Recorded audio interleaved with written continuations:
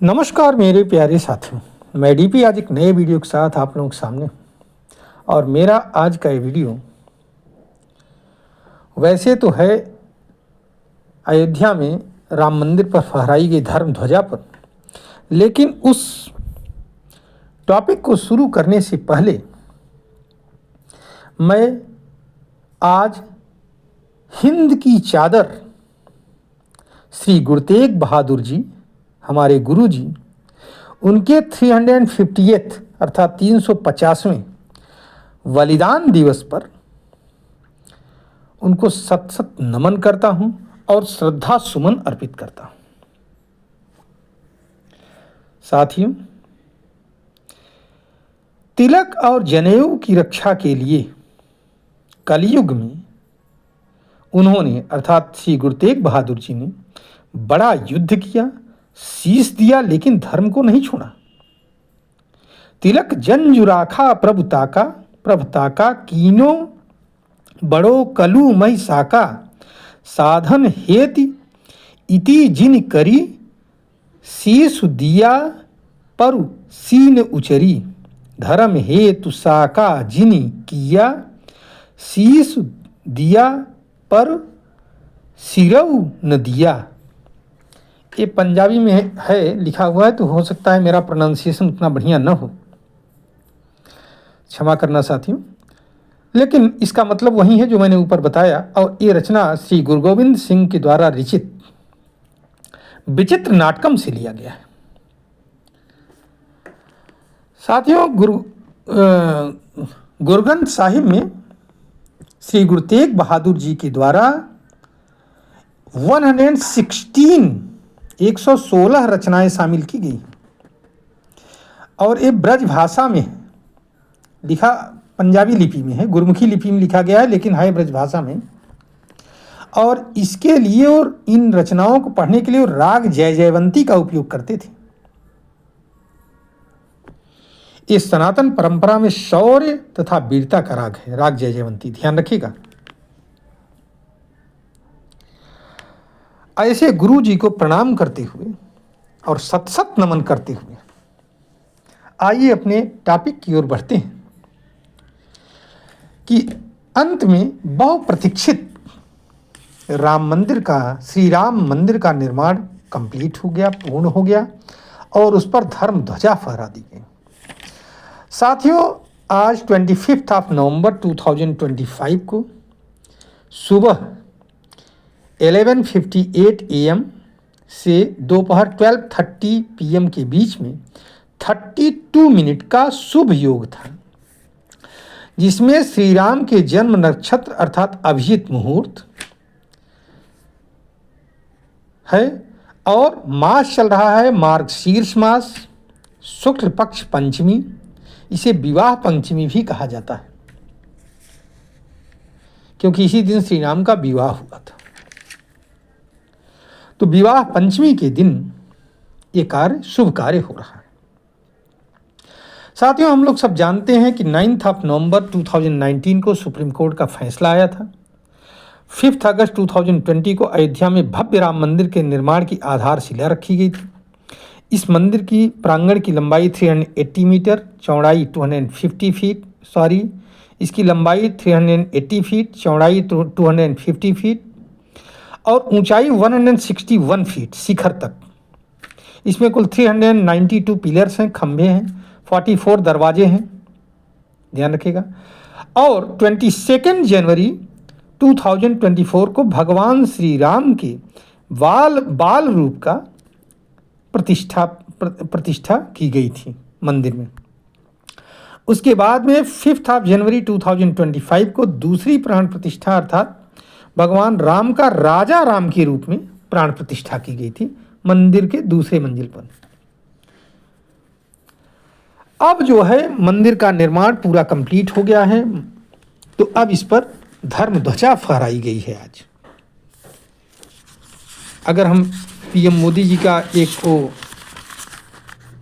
पढ़ें वक्तव्य, तो ये धर्म ध्वजा केवल एक ध्वजा नहीं, ये भारतीय सभ्यता के पुनर्जागरण की ध्वजा है, ये उन्होंने कहा और बहुत सही बात कही उन्होंने।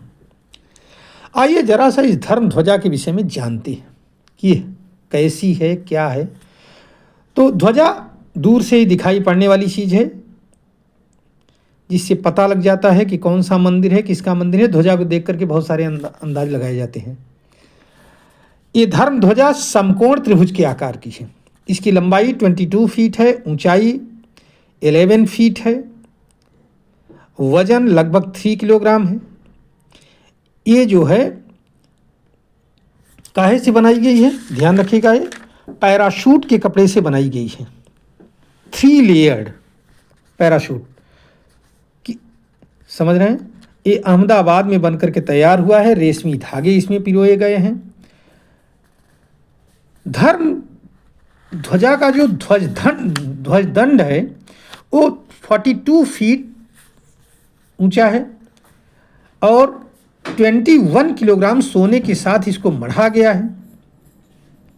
समझ रहे हैं आप। ये ध्वजा 4 किलोमीटर दूर से ही दिखाई पड़ेगी। चमकदार केसरिया रंग की ध्वजा है। इसमें बॉल बेयरिंग लगे हुए हैं। इससे अगर हवा का रुख बदलेगा तो ध्वजा बिना उलझे पलटे ध्वजा अपने आप पलट जाएगी, घूम जाएगी। इस ध्वजा पर सूर्य का चिन्ह है, जो सूर्य वंश और तेज का प्रतीक है। ओम का चिन्ह है, जो ब्रह्मांड का द्योतक है। और इस पर कोविदार का वृक्ष बना हुआ है। ये सब हाथ से बुने गए हैं। इस ध्वजा पर कोविदार के वृक्ष का उल्लेख साथियों सबसे पहले तुम्हें वाल्मीकि रामायण के अयोध्या कांड में आता है। और इसमें लक्ष्मण जी दूर से जब भरत के रथ को देखते हैं, जब भरत जी मनाने जाते हैं भगवान श्री राम को चित्रकूट में, तो उसी समय दूर से ही लक्ष्मण जी देखते हैं।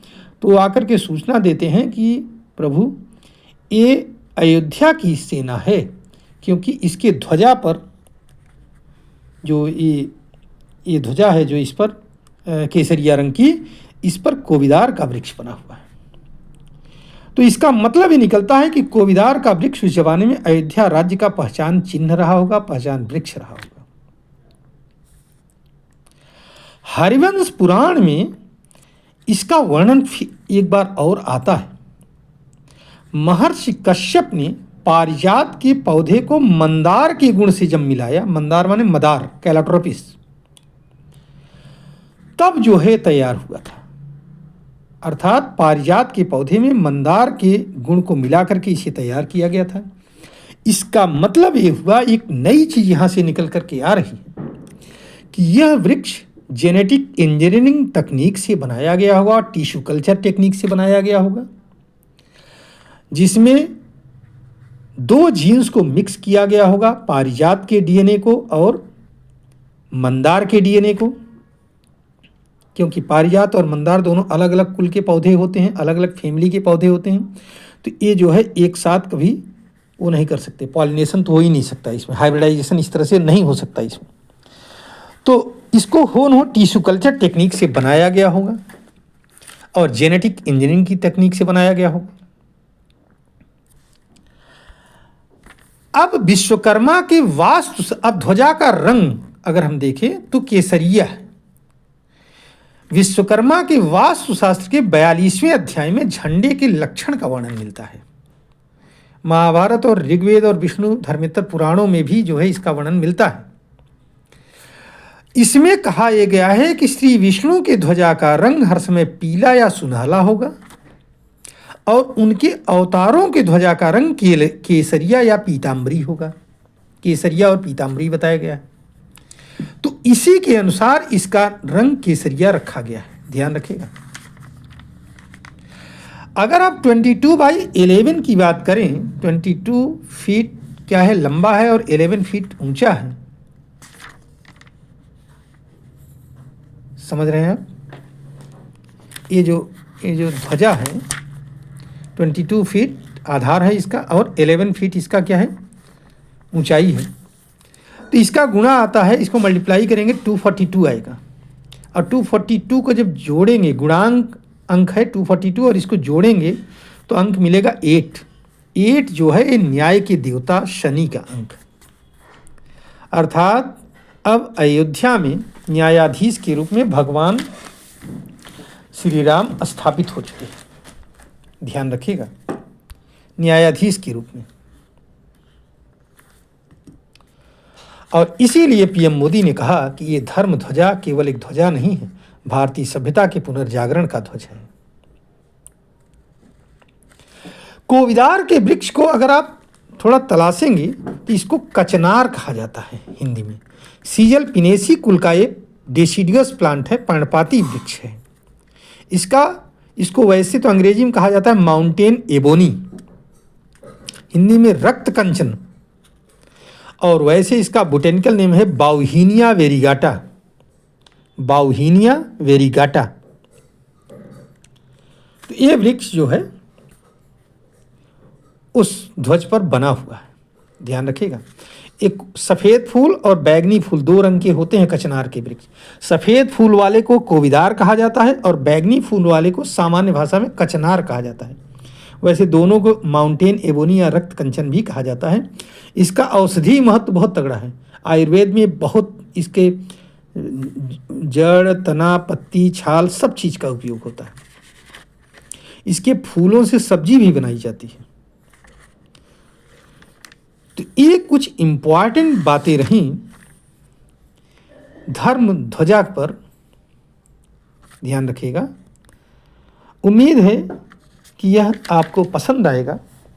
अब इसके समापन से पूर्व एक बार पुनः मैं अपने गुरु श्री गुरु तेग बहादुर जी को उनके बलिदान दिवस पर श्रद्धा सुमन अर्पित करता हूँ और अनेक अनेक प्रणाम करता हूँ। धन्यवाद, नमस्कार, जय हिंद, जय भारत, वंदे मातरम। साथियों, अगर ये वीडियो आपको पसंद आए तो आप इसको लाइक करिए, शेयर करिए और हमारे चैनल को सब्सक्राइब भी करिए। एक बार पुनः धन्यवाद। और अंत में भगवान श्री राम को प्रणाम करते हुए समापन।